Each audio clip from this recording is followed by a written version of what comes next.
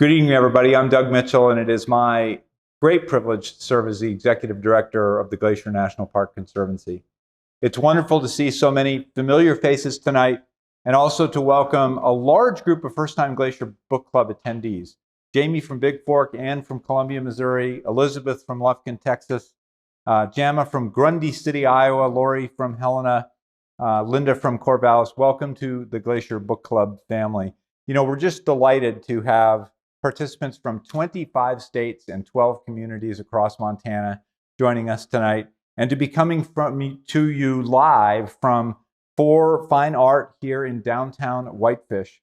It's going to be a special night with a live audience here in the building and also our digital audience on Zoom, all joining in community with our featured award-winning author, Christine Carbo. I want to give a big shout out to Derek and Elizabeth Vanderberg for hosting us in this magnificent space. They've been amazing supporters of the Conservancy. And if you've not visited For Fine Art here or in Big Fork or also in Arizona, please do so. And we're going to put some contact information for them in the chat. And Elizabeth, I don't know if she's told Derek about this yet, but she let me know that they've got some amazing glacier stuff, a lot of which is on the walls here. And if you want to go browse that and you were inclined to purchase one, note that you heard of it from the Glacier Book Club, and they will make a contribution to the Glacier National Park Conservancy. So thank you again, Derek and Elizabeth, for your help. I first met Christine Carbo when I reviewed her first book in 2015, believe it or not, 8 long years ago, or short years ago.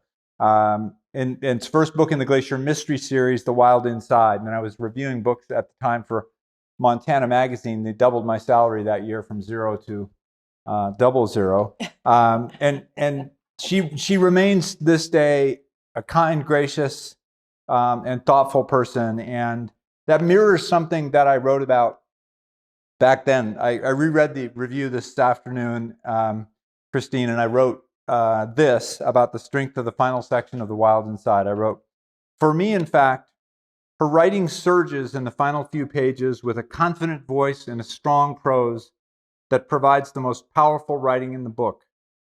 Most authors just wind down at the end, but then again, I have a feeling that Christine Carbo is not most authors."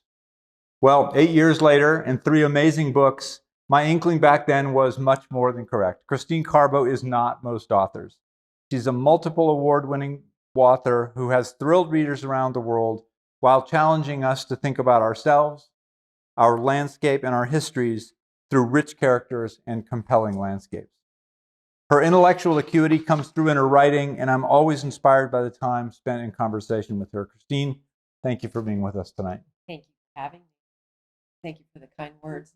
Well, it's just such a treat to be able to, as I said, be in community with you and with our Zoom participants. And we're going to do something a little bit differently tonight in that Christine and I met for coffee last week, and we came up with some poll questions.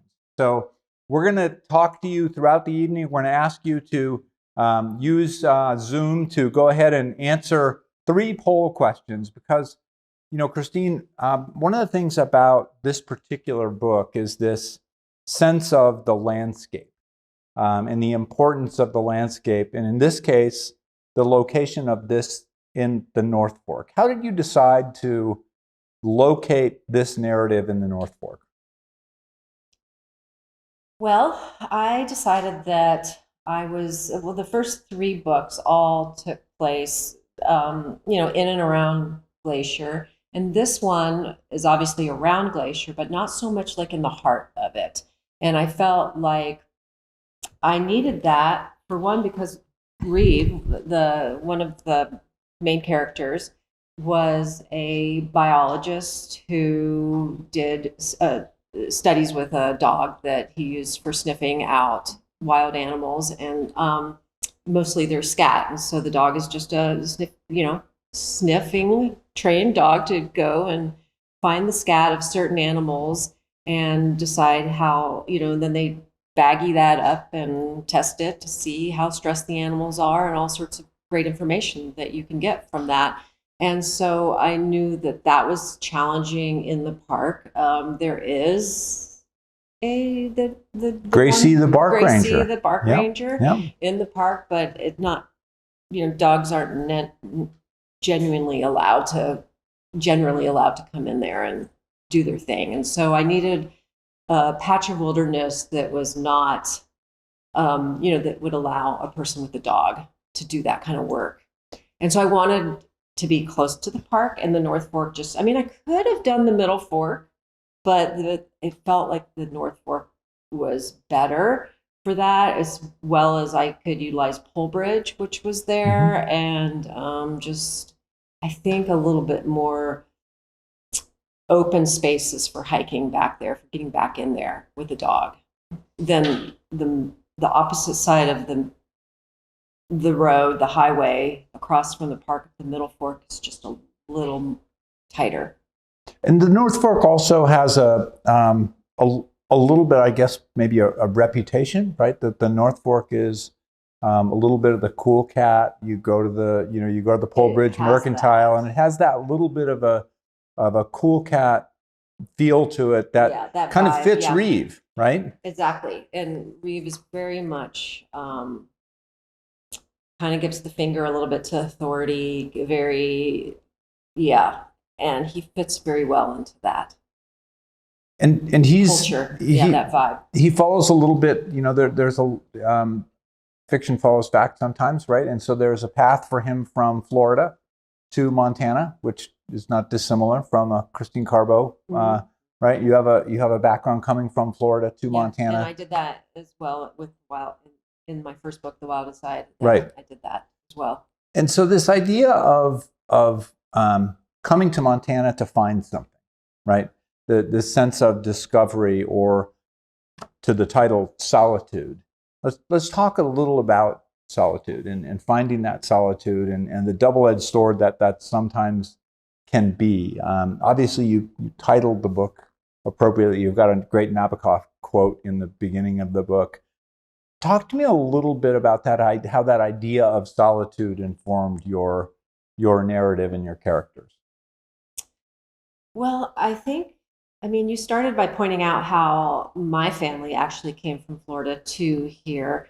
And I think about so many, not obviously all of them, and there's many, many people that are native to Montana around here, but there's a lot of people that are moving here now, but over the years have come. And I think the same thing is true for Alaska. I was watching some movie with Al Pacino called I think it was called Insomnia or something like that. It's something about him not being able to sleep.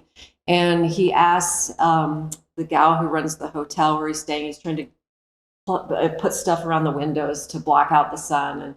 And he asks her about, I can't even remember the question he asked her, but she basically said to him, there are two types of people that come to Alaska. There's two types of people here, the people that are born here and the people that are running from something. And I'm probably butchering the quote a little bit, but something to that effect. And I feel like that is true. I feel like that was true about Montana for a long time. And I think that's changed now. And I don't think the people coming here are running from anything, but I think for a long time there was a certain contingency in our state where you could be the renegade and you could go to Montana and you could find independence and be your own person and escape into the wilderness, or just, Ted Kaczynski even, you could just do that thing where you came here and escape sort of into the wild, and you weren't living off the grid, but sort of off the grid. And there was that mystique about Montana. And I feel like Reeve is doing that a little bit, but I also feel that in Mortal Fall, my second book, and I'm sorry if there's any spoilers for some of the audience members that haven't close your ears. read. I don't think I'll give too much away, but there is a school for troubled teens that is featured in my second book, Mortal Fall. It's a fictional school called Glacier Academy, but we have several of them. We have some really reputable, great ones, but we've had some bad ones that have been shut down because they're not regulated by the federal government at all. And so anything goes with some of these schools that are across the West in Utah. And there's been some really tragic incidences. And so I have that school, and I felt like there was also that sense of manifest destiny, like go west, young man, and your problems will be solved. And in some ways, I feel like my family did that. It was like this burning desire to go west for my family, and so we did. And I've been here since the late 70s, but a lot of those families in that book were sending their kids out, like go west and you will go to a school and you will rehab because you're among the mountains and the flowers and the fresh air. And there's certainly tons of research to show that mountains and fresh air and wild do have a great psychological effect on you, but they're not necessarily going to solve your addiction. It's not necessarily going to solve your addiction problems to come to a school out west. So I felt there's this thing about the West, this manifest destiny thing that's hung on, and it's here. It's just in a different form, I think now. Yeah, and I think agree? I for sure, and so I want to offer this. So to the Pacino quote, people are running away from something, but isn't it the case also in your writing that they can find something? And maybe and you asked about the solitude, which right. I didn't fully get to that, but and so is it they may not know they know what they're running away from, right? They think they know what they're running to, but part of when you develop your characters, for me, it feels like part of that discovery is what they understand what they're running to. That when Allie crosses and sees the backbone of the world, she's knee buckled. Right. And this idea of solitude and quiet and being able to be in the peace of your own nest, if you will, is a discovery of not what we've left, but what we're getting to. Yes. And Allie is actually a little conflicted, if I remember correctly what I wrote, but that when she sees that and the open spaces of the Eastern Front, she is almost uneasy about it. It's not just it's a wow moment, but Right. It's also like, I don't have the cacophony of the city and the big buildings and all the people to kind of prop me up out here. It's just so vast. So let's go to solitude. There's a little bit of an uneasiness for her being a Jersey girl coming. Oh, and that's where solitude can be different things, right? The Nabokov quote of it being the shadow of the devil.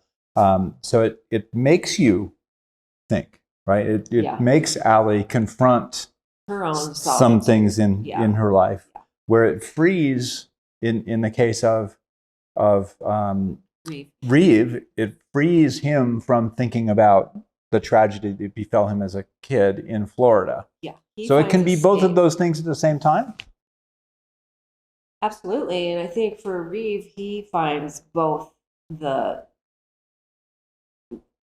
wonderfulness of solitude, but he also, it's titled A Sharp Solitude because I think for Reeve, if you haven't done the other work in your life, where the connections, the relationships that if you haven't taken care of those the right way and you haven't taken care of yourself, your own emotional state so that you're healthy, solitude is not all it's cracked up to be. It's solitary. It's difficult. Suddenly it might be solitary or lonely or troubling because it's just you and these thoughts that you might be trying to run from. And so it can be more troubling. So it can work for you, but it can also be troubling for you, I think. Whereas somebody who's got it all together and is out there really enjoying this, it's bliss, right?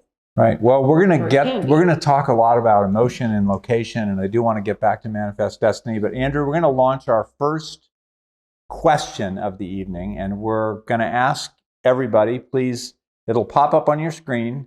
You'll do something with something to choose whether you think Reeve or Allie is the main character in the book. Now, while you're doing that, I don't want to, and they're populating a percentage. Oh, it's very close. It's going back and forth. This is like a presidential election. Stop the steal. Hashtag stop the steal. I can only see that there's more letters on the bottom than there are on the top, but this is very close. I think it's a narrow win for Allie. Is that correct? What are the percentages? 16 votes for Allie and 15. Okay, very, very close. Okay, so I need to hear from somebody on Zoom who's an Allie person. Raise your hand or just unmute yourself. I need an Allie spokesperson here. Don't be shy. And I think you can end there we go. Oh, come on now. Somebody. Okay, I see a hand raised. Got Jenna Bridgman. Oh, hi, Gina. Nice to see you. Hi, good to see you too. I said Allie because I feel like everything in the story, no matter who it happens to, revolves around her, something that impacts her. Whether it's with her child, with Reed, whether it's just thoughts, her dealing with things in the past, dealing with really everything, her present, her future, everything, and everything seems to revolve around her. Okay, excellent. Then thanks for coffee last week. It was great to see you. Hope you're home safely. And good. So give me how about I need a Reeve advocate here. Gina makes great points. You can do it. I know you can. Okay, I'll be the Reeve advocate. I just feel like for me, and we're going to talk. I'm going to ask you about why you chose to move Allie forward as our hero in this book. But the book doesn't happen without Reeve. That the dog research is an important component of it. Obviously, the crime and his connection to it. We don't go too far. I mean, there's a great story about the guy with the gun, Smith. Was that his name? I think maybe. Anyway, so there are other associated stories. Allie's got other things going on in his life. For Reeve, this is a seminal moment. This is like the make it or break it moment in his life. And when he goes off into the woods, what is he doing going off in the woods at the end, right? So for me, this is a book about Reeve where Allie is the hero, if you will, but Reeve is the main character. So we'll make it 16-16 because I didn't get to vote, and we'll just call it a tie. So that does lead me to my next question. Is that what you really believe, or take yeah? As far as you know, needed that's that. what I really believe. Okay. As all of you know, one of the many great things that Christine does is she moves a hero forward from book to book. And Allie, in this case, is a more minor player in the last book, and now she's certainly a major character in this book. How did you had a lot of people you could have chosen to move forward. Why did you choose to move Allie forward? Well, in The Weight of Night, in the third book, she's an kind of a gruff character, kind of very outspoken, and makes some of the other people kind of walk on eggshells a little bit around her. And so I just thought that it might be fun to write a little bit of, I mean, I don't think she's hugely polarizing, but a little bit. And I thought it would be fun to experiment with that.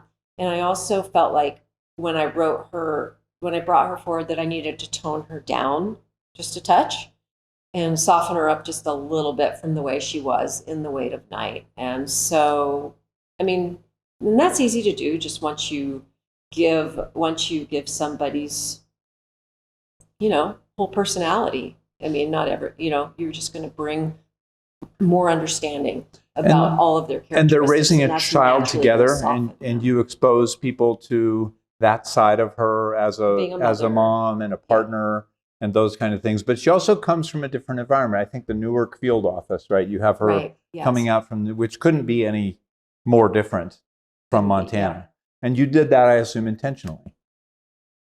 I did. I wanted that Hard contrast. scrabble. Yeah, even in the book before. Yeah. And so she is it seems to me, she is an unlikely character to find a place in the North Fork, and yet she did. Yeah. Well, I mean, through Reeve. I mean, is that what Yeah. you're asking? Yeah. Yeah. Just yeah. I mean, it seems to me that she could have lived in downtown Kalispell, right, and been assigned to the FBI office and lived in the apartments at Sin City, right? Yeah, but she does live in Kalispell. right, right, Yeah. which is an interesting departure a little bit from this sense of place, but very appropriate to her character. I think so. Yeah. Yeah. I think that she's able to put up with the North Fork and be intrigued with all of that through her association with Reeve, and also just through her work with getting to know the place. And she adjusts, but I think that at heart she's still kind of a city girl. Yeah. So let's talk a little bit about landscape, and I want to ask about. It's obviously located in North Fork. Do you think this book would have worked in Babb or Essex as well as it does in the North Fork?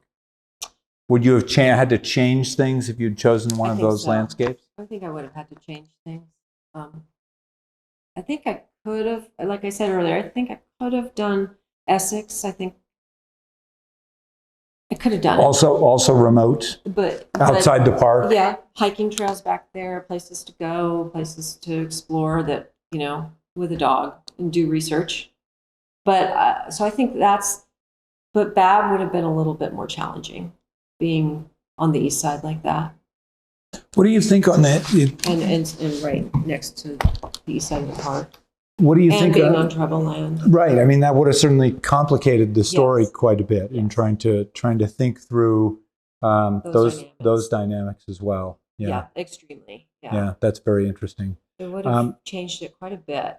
So when you think about landscape in terms of writing, how do you think of that first, or do you get the story in your head and then think about where you want to place the story? What's the order of operations for that?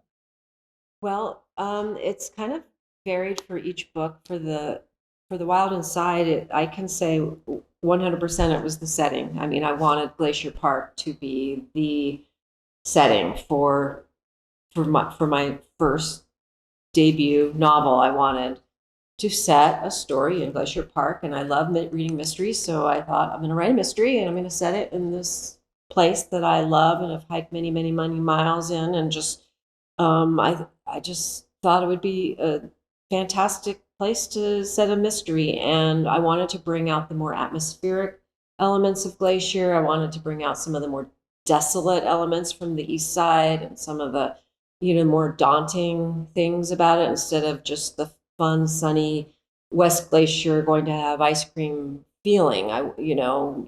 Great day to hang out on Lake McDonald feeling. I wanted a different feeling. I wanted a scarier, kind of more daunting mystery feeling.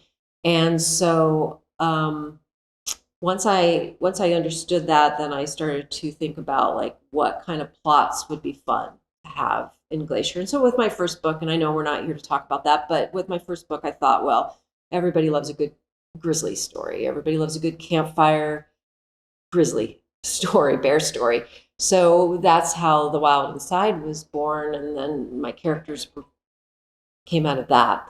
With this book, I'd say, true to what you were saying earlier, that I don't quite have the story without Reeve. And I'm not saying he's the main character. The book starts with Allie, and she's essential. She does the investigation. I think she's, not to disappoint anybody, but I think she probably is the main character. But but you're correct that the book doesn't happen without Reeve, and Reeve's traumatic experience is what that's where I started with this book, is the tragedy of a little boy killing his best friend because a gun has been left unlocked in the house. Which is, of course, the thread that goes through with Rose. Yes. Right, who has had a similar, although different, Yes. differently motivated experience. Yeah. So I mean, in large part, and I know it's a touchy subject in politics and in Montana especially, but it's, I'm not making any huge statements either way, but it's about tragedy with gun violence. And yeah, which is a tragedy that befalls people of all walks of life Yes. in all parts of the country. yeah, and I actually knew somebody in high school who lost a brother to hunting tragedy, just accidental shooting. Yeah. So It's and I think you deal with it in a really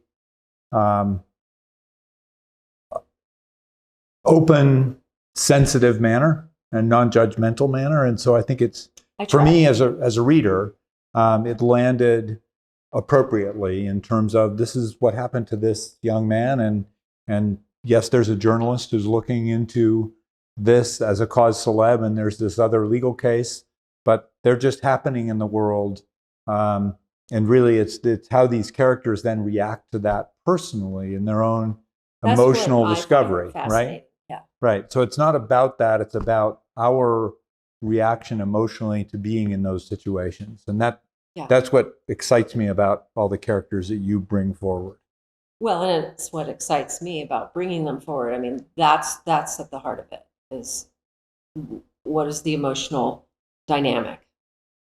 Okay, we're going to whiplash here a moment. Even though the landscape is super important, and I think the landscape plays into those emotions, but it's all ties together. But there has to be that emotional element. We're going to whiplash a little bit and go a little lighter side here because we're talking about characters. So I have to talk to you about nicknames. Okay. Right. So we got Hollywood, we got Shorty, we got Smiley. So that's kind of a quirky thing in this book. Do you have a nickname? I did when I was young. My brothers. We'll just leave that. Nickname. Yeah. 3 people in the world call me Mitch, by the way. That's it. So talk to me about the nicknames here. It's kind of fun. Well, I said that I needed to soften her a little bit, her Right. character, and I think it goes along with that. That I thought that is a great way to soften her character, because unless a nickname is demeaning or kind of nasty, for the most part, I think nicknames are affectionate. Right. Right. A way of throwing out a little fun, humor, and warmth to somebody.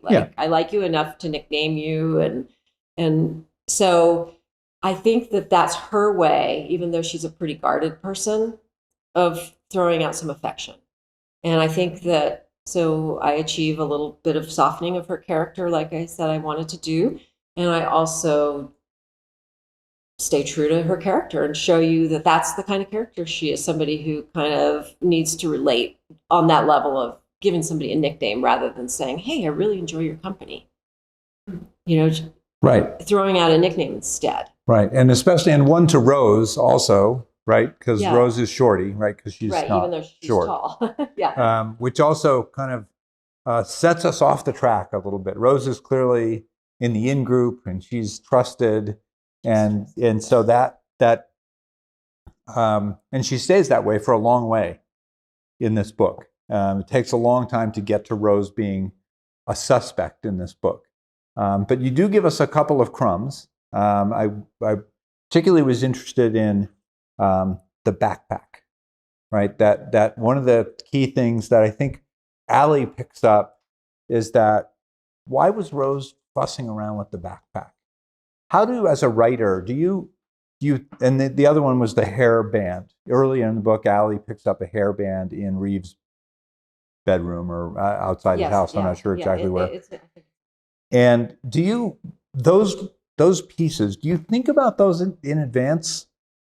Hairband, backpack, and then work them in, or do they just come as you're writing?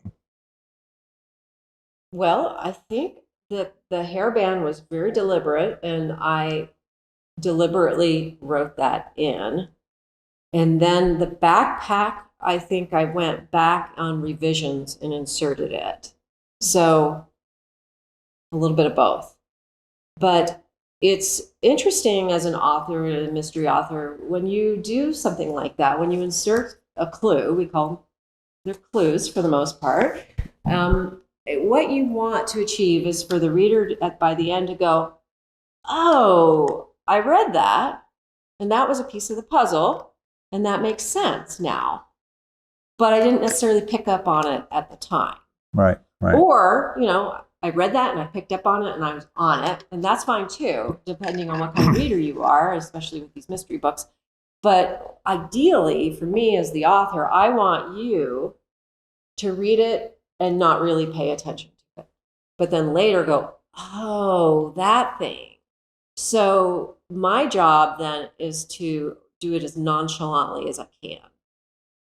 To write it as nonchalantly as I can. Because if I don't do it nonchalantly, it's like, antennas, so I don't want that effect with certain things. So if I remember correctly, I did not want that with the backpack. I did not want to tip any of you off that it could be Rose. So I wanted that to be there for something for Allie to later consider, but not have it tip the reader off. But the hair tie, I call them scrunchies. Scrunchy. Yeah, I remember my editor when she was editing it. She's like, "What's a scrunchie?" I'm like, "Okay." It's hard to spell. It's hard to spell. Well, and then they have scunsy or something like that on the anyway, the whole hair tie thing became a weird thing in the editing stage, but it stayed in the book. And that one, I didn't really need to be nonchalant about it because that was Allie's clue that, oh my gosh, this is not Emily's. This is a woman's hair tie, and and so that I want the reader to follow along with that, and I want the reader to understand the effect that it has on her emotionally. And well, you immediately get Allie's in trouble.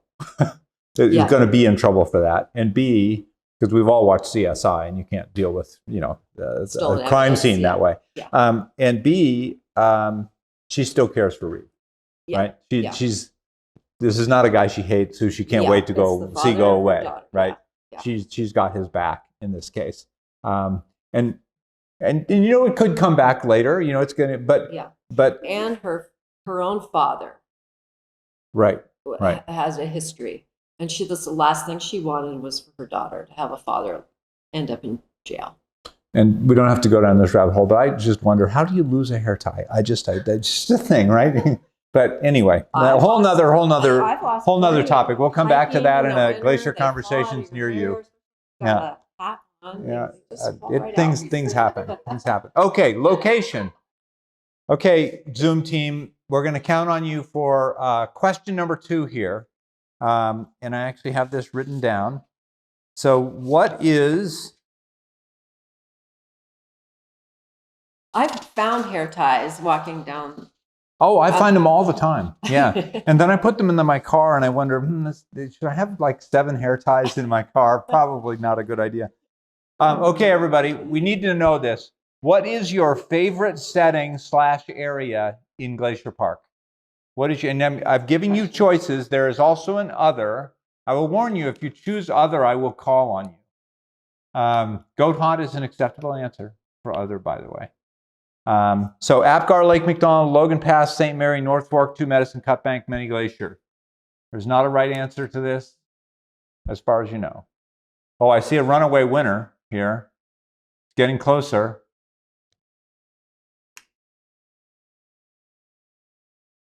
Andrew, what can you tell me? Half of all the participants voted for Many Glacier. And then there's kind of a cluster of second place options with Two Medicine, Logan Pass, and the Lake McDonald area all have 4 or 5 votes. One for St. Mary and 1 other. Okay. Oh, who's excellent. Call on the other then. So I want to hear from the other. Fess up. Tell us what you're thinking. You can also type it in the chat if you're really shy. And Bing and Mary, did you put St. Mary? This is Eric. I was the other. We were the other. Okay, Eric. Yep, Avalanche. Avalanche. Okay, very good. That is a popular spot. So good choice for sure. Anybody from the majority group, Many Glacier, want to weigh in on the many splendors of Many Glacier? The hikes from there are just incredible. I mean, you can just go in any direction from any glacier and find something wonderful. And is that Rebecca? Is that Rebecca? It is. So what's your? We're going to be there this weekend. What's your top one? I would say Cracker Lake. Love Which is that. a little contentious because of Brunel, but it's quiet and equally stunning, in my opinion. It's particularly quiet right now. We were there. It's been closed for about a month. There is, as the rangers have said, there is a first-time mom grizzly there who is doing a very good job of being a protective mother. So, yeah, that's great. Well, thank you. I think that's really interesting to kind of, and it interestingly matches very much what the park is seeing in terms of demand. Oh, 2-med. So give me a 2-medder. Christine wants to hear from a 2-medder. Okay, Carl and Candy. Thank you. Love to this. Every time I get out of our car, it never fails. The minute I get out of the car, I feel such an enormous presence of years past, a spiritual energy, Native American energy. I just surrounded by a intense. It's like somebody's watching down on us, and it's not eerie, but it's just. It's just I just don't feel it anywhere else in the park. We love a lot of places in the park, but there's something very intense about 2-Medicine the minute I get out of the park. It never fails, and it's not something I look for or even think about, but it just kind of I just feel like there's an enormous presence of I just know one day I'm gonna look up and see an Indian on a horse with a down on us. You know? I feel that presence too. I totally agree with you. It's just, it never fails. Yeah. I'm right there with you on that. Yeah. You said that really well. I'm going to call on Amy Lucky, who is, by the way, thanks to the best team in the business, Andrew Smith and Amy Lucky, and I think Sean O'Leary might be checking in, and Grace Kinsler and Stacy Dubuque is here as well. Amy, you've been looking at the chat. Got any questions or other comments there that you might share? I have lots. Okay, good. And Zoomers, I hope you can hear me. If you can't, put something in the chat. I do have a microphone here. Okay, let's get through these because there's some really good things going on here. So Eric and Tanya started us off, and I'm super interested in this as well because I think one of the most fun parts of being a writer must be naming things, and I just wonder how much goes into naming. But they wanted to specifically know, why did you choose the name The Bad Bar when you've used stand-in names for other local landmarks, such as Packer's Roost? You know, that's a great question. And I admit that is a little inconsistent. But I just had to do it with The Bad Bar. I don't know. I just felt like I just didn't want to call that something other than what it is because it's just so iconic. And so, not that the other places aren't, but that place, it's changed a lot over the years, the Bad Bar. It's a lot different now than it was back in the 70s and the 80s, even the 90s. But, it's a bit of inconsistency that I apologize for. So You're the boss. But you get correct. to do. It's good that you caught that because it is inconsistent with what I've done with the other bars. I've made up names for most places. But I'm As going to I read. would if I did something in an art gallery, I'd probably change the. Even if I envisioned this in my mind, I would change the name. I'm going to read comments too, because some of this is just great. So Brent says he's really enjoying the depth of this conversation. And I don't know what point he wrote this, Doug, but he said, Doug, you're on a roll of funny. I thought so too. I love this question from Janet because we talked a lot about landscapes. And so she wanted to know, is it intentional that the book covers for all the books we've read do not include a picture of one or more characters, but instead highlight scenery, animals, or landscape? I think it was intentional on the publisher's part, and I did reject for some of the books. They send 2 covers, and for some they just send you 1, and it was like, this is what we've done. In fact, with my first book, The Wild Inside, it was kind of funny because they don't really give you a ton of input on the covers, but they will ask your opinion. They will be polite enough to say, do you have any opinions about the cover? And then you give them, and they usually just ignore you. But I said, whatever you do, I do not want a grizzly bear on my cover, because I was envisioning the kind of grizzly bears we have here in the checkout lanes with the teeth and the claws and the blood dripping off the teeth and the claws. And I did not want that look. I felt this is not the kind of writing I'm doing. I don't want that vibe on the front of my books. So I said, please, just anything, do not put a grizzly bear on the cover. And then I opened the attachment when they sent me the cover, and there's a grizzly bear, but it was a very tasteful grizzly bear, and I love that grizzly bear now. And it's my favorite cover because it's a great little grizzly bear. And so I'm so happy they did that. It's just funny because they completely ignored me. And with Mortal Fall, they sent me a cover that I absolutely loved. It was like looking down, and it was snow, the snowfield, and there was blood in the snow, and there were these wolves circling around, and it was very, very cool. But it's like, there are no wolves in this book, and it's actually about a Wolverine researcher. Mm-hmm. And I just feel like it's very misleading to have wolves on the front of this book when there are no wolves being featured at all. I mean, I might mention them howling in the background at one point, but it didn't seem fair. And so I really put up a fight about it. And I had my agent get on board, and I said, I love this cover, but it feels misleading to me. And so they ended up switching it to the one with the trees. And I honestly don't think some of them knew that Wolverines were different. That was after they Googled what's the difference between a Wolverine and a wolf. They thought they were doing. They were little. It's a little wolf. Yeah, and so that was kind of a funny, interesting cover story. And with The Weight of Night, I think I got 2 options, and then there was the flames, and then there was another one with smoke in the background, but some campers. So there actually were people in that cover, and they went around, I think, in the publishing company and kind of took a little. They just asked everybody what they preferred, and most people preferred the red, the fire, and so that's what they ended up going with. And then with this book, I also said, okay, and so I think I just take things a little too literally sometimes, but it was like, okay, this is in the park. This cover is a picture of in the park. I know this place.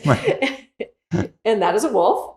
And this story is more about a biologist with his dog in the North Fork. It's not accurate. And they're like, stop, we don't care. This is the cover. so that, yeah. Okay. Yeah. So it's not, I hope that answers the question. It's not really completely up to me. Yeah, or not at all. Or barely. Yeah, at all. that's super interesting. Okay, I do have a question from Gina, but I'm going to skip it for now. Gina, I'm coming back to you, I promise. Just because I feel like it's better closer to the end of the conversation. Okay, another one from Eric and Tanya. It's hard to empathize with Allie and Reeve due to the decisions that each character made during the novel. Is that intentional? Monty and Gretchen both seem easier to identify with. Allie and Reeve were just a very different style of characters. Yes. very different. And yes, it was intentional. I think I mentioned earlier on that I wanted to write a little bit more of, I wanted to experiment with a little bit more of characters that were polarizing and honestly a little less likable. And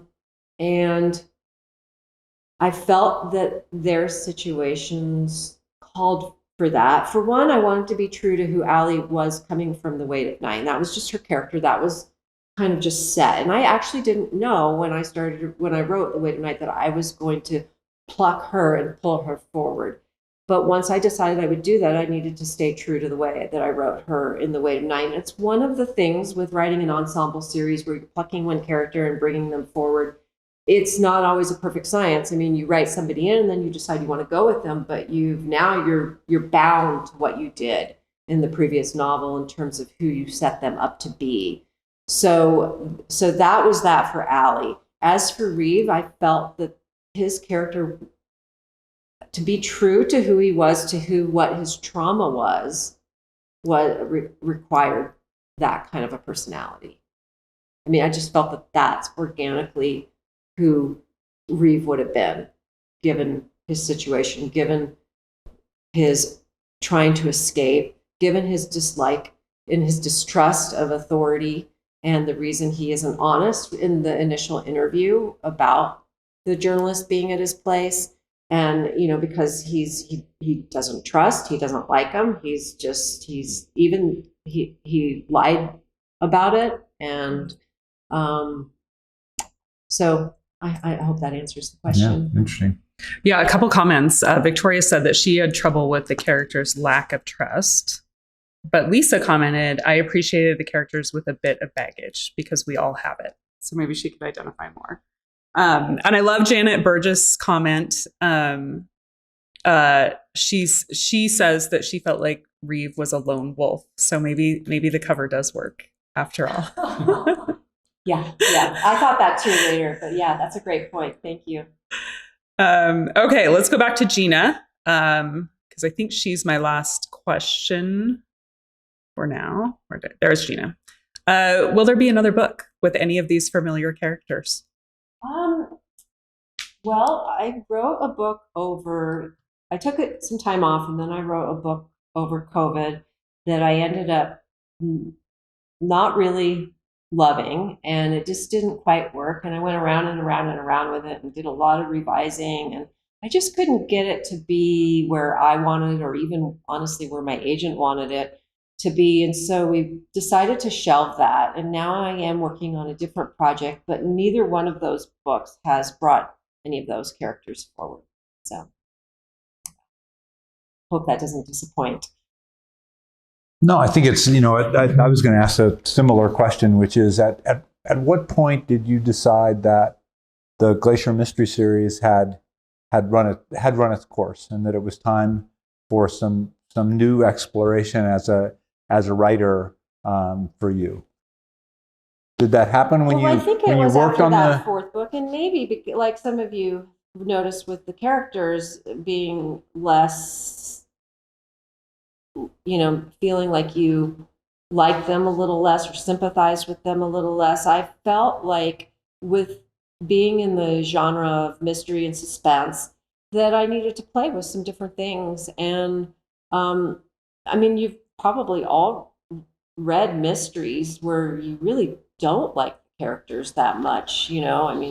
Certainly nobody liked the Gallant Gone Girl, if you read that, or Right. not that my characters were anything like that, but to that extent. But certainly there's a lot of that, and it's not that I'm just trying to do that. I don't mean that, but what I'm trying to say is that there's lots of different modes within the suspense realm that I wanted to explore. And when I found myself being drawn maybe to a little bit more of a polarizing character, I decided that that's not quite what I wanted for the Glacier Mystery Series, and that I was going to maybe try some different things. So, but that doesn't mean I'll forever be done with that. And, because I do love Glacier, and I do maybe want to get back to some of that. And I do like writing characters that people feel warm warmly about and have hope with. Right. Yeah. Well, And play through their character arc. In there's a way lot of, you that can see is all these very little cool. small towels. There are a lot of people here who will read anything you write. And Even if you don't like the characters. well, I mean, that, it's funny. Great Gillian Flynn story. She was on an airplane and saw somebody reading Gone Girl. She scored the offer of the Gone Girl, and she decided she would ask about it. And she asked the person, "What do you think?" And she said, "I really can't tell you, but I only know one thing. Whoever wrote this is nuts." No one's ever going to say that about you, Christine. So we've talked a little about emotion, and then we all know we only have like 6 or 7 minutes left. But I think Carl and Candy, you talked about the spirituality of being in Tumet, and I think, Julie and I have been hiking the park together for 42 years. Every time we drive in the gate, right, no matter how many times we do it every week, it still gives you goosebumps. So our next and final audience question is going to be about emotion. And I tried to figure out what defines emotions, and I came up with University of California of Berkeley has 27 of them. I chose 9, I think, here that you get to choose from. What emotion do you feel when you go to Glacier? And so you've got adoration, appreciation, awe, calmness, entrancement, joy, romance, satisfaction, and surprise. Now, this is an augmented list in 1890. I did a little research. In 1890, the emotions, there were only 4 that were allowed: fear, grief, love, and rage. So this seems like a bad proposition. Okay, it looks like we have a runaway winner. I'd made a prediction earlier today, Andrew. What did I get close? We're right on. All about 58% of the votes are off. Yeah, I think it's hard to beat that. Although, I think one of the things about Glacier, and you get it in your books, right, is that it is awe and it's awe.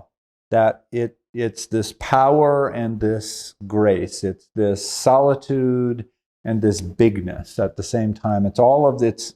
George Bristol says the big thing about Glacier Park is the whole thing.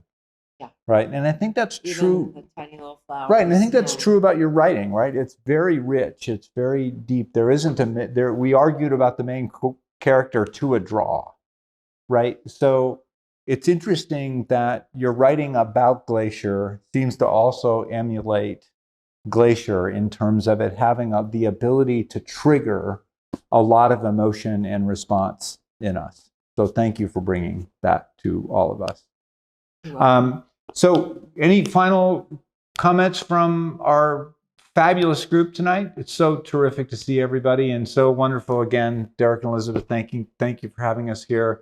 Amazing artwork, some great Glacier artists. It's all I can do to keep my credit card in my wallet. At least I think it's still in my wallet. I do have a few more comments. Great. And first of all, we haven't done our giveaway tonight, but we do have a set of Glacier Conservancy pens. We felt like this is appropriate for those of you who want to go write your own book, and some Glacier note cards. So we're going to send a set of pens and note cards to Rebecca McVaughn. Thank you for joining us tonight, Rebecca. And I wanted to get back to some of the comments about location, sort of the best spot in the park. Lisa pointed out that nobody chose the North Fork on our poll, so that was interesting. Lots of people have a great love for Cracker Lake, and it sounds like Eric and Tanya saw the grizzly at Cracker Lake. Wow. So we'll have to catch up with them on that story. And then I'm going to scroll down here. Getting back to the characters, Kathy Wyatt says, I really, really enjoyed this book with the complicated characters. So there's a thumbs up for the complicated characters. And she said it kept me guessing right until the end. Another great comment from Janet Burgess said that she would love to see a native character in one of your books. Complicated subject. And Carl and Candy want Monty and Gretchen to come back. I think that was kind of obvious with their last question. So There's a little thing going there. I'm just saying. And then I guess one final question, again from Carl and Candy, is if one of these books could be made into a movie, which one would you pick?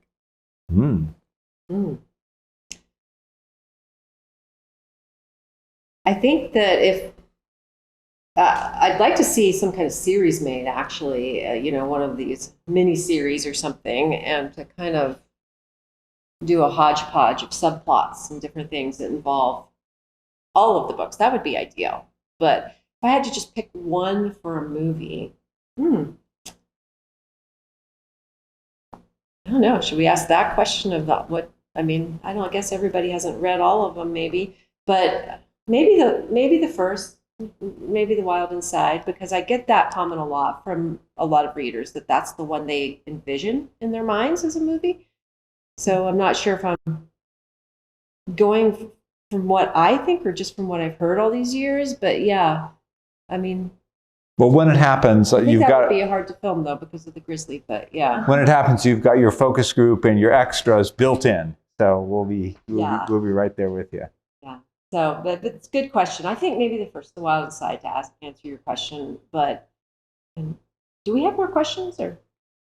That was it. Okay, because I wanted to say thank you as well, and I wanted to just. I've been here for 4 years now with you every summer doing the book club, and I am so appreciative and so thankful to be part of this, and so grateful. And you've been great. Thank you, Frame of Reference, for having us do this here. And thank you guys all for sticking with me, even just if it's just for this one book or all of them or two of them or whatever. But it's been such a pleasure. Well, thank you very much. And as always, Christine has been very generous. If you'd like a book plate, please pop that in the chat or email grace@glacier.org. Christine Carbo, you're an incredible friend to the Conservancy and to me, and it just is. It means so much to all of us to have you be part of this program. You've made it what it is. Now it's kind of this national thing. As I said, 25 states around the country, and you mean so much to this community at large. So here's to a fifth meeting at some point in the future on some future topic. So thank you all. Right, more. Yeah, there you go, and more good nicknames. Yeah, you've got lots of good helpers here. So, hey, thanks everybody for spending your evening with us. Christine Carbo, thanks so much, and we'll see you. I think our next one is Grizzly in the Driveway with Missoula's own Rob Cheney, which is a terrific nonfiction book. I think everyone's going to enjoy. So, thanks everybody. We'll talk to you soon. Thank you. Peace.